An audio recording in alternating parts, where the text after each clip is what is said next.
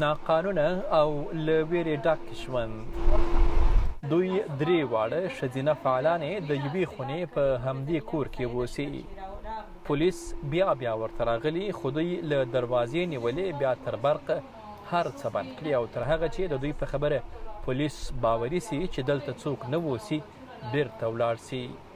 پولیسو موټر راغی، لاندې د بلاک لاندې ودرېدل. کله چې موږ دا ولیدل ډېر وارخطا شو او داسې ګرمي ده، موږ دروازې قلف کړې. د دې مخ نه موږ یو بل کلفه کېښې، د هغه مام کش کړ، د عمومي کلفه مام بند کړ او د پکیم ګل کړل او ډېر په ترس په لاړ په څلور کونجو کې دا جنکۍ نه موږ کېناستلو. دروازې پولیس را جګ شو او دروازې زموږ وواله. بالاخره یو کلف میده شو چې دا موږ ایښی دی او موږ هر لحظه دا احساس کوو چې دروازه ماتېږي او موږ ګرفتاره کوي. هغه ورځ وه چې په موږ تېره شوه، چېرته چې ایتونه او سورې وې موږ په ځان چوف کړي دي، خو ولیدل چې پولیس چې کور تېره دی او د پکې غږ شي نشته دی، پولیس لاړل.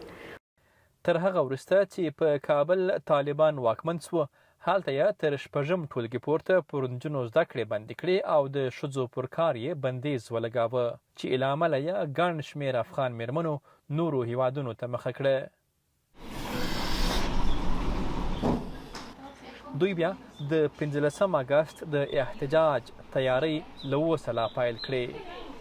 دغه فعالانې په اټک سیمه کې اوسي او د دې لپاره چې د کابل د سقوط ورځ د احتجاج په توګه ولمانځي تیاریانې روانې دي.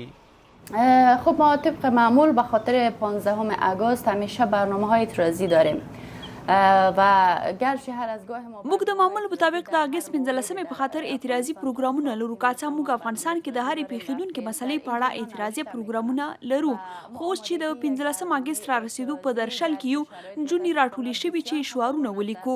له بده مرغه پاکستان کې شرایط ډیر خراب دي. موږ که څه هم په آزاده فضا کې د کوم پروګرام جوړولو اجازه نه لرو، خو اړ یو چې د کور په یوه څنډه کې خپل غږ پورته کړو. اعتراضی را برگزار بکنیم.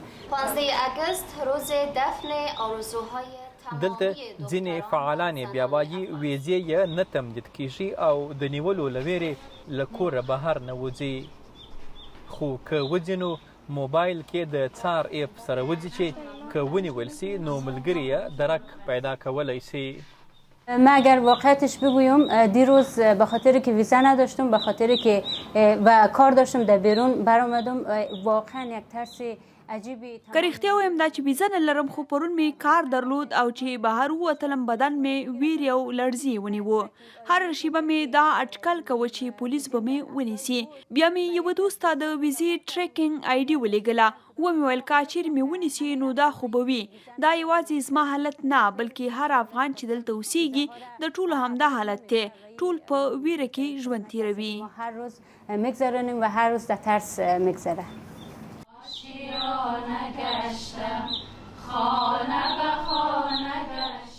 دغه فعالانې وایي له وطنه لرې د وطن په یاد کې تل دغه سندره زمزمه کوي او د دوی په ټکیو شپې ورځې شماري چې کله به بیا د خپل مور وطن دیدن وکړي.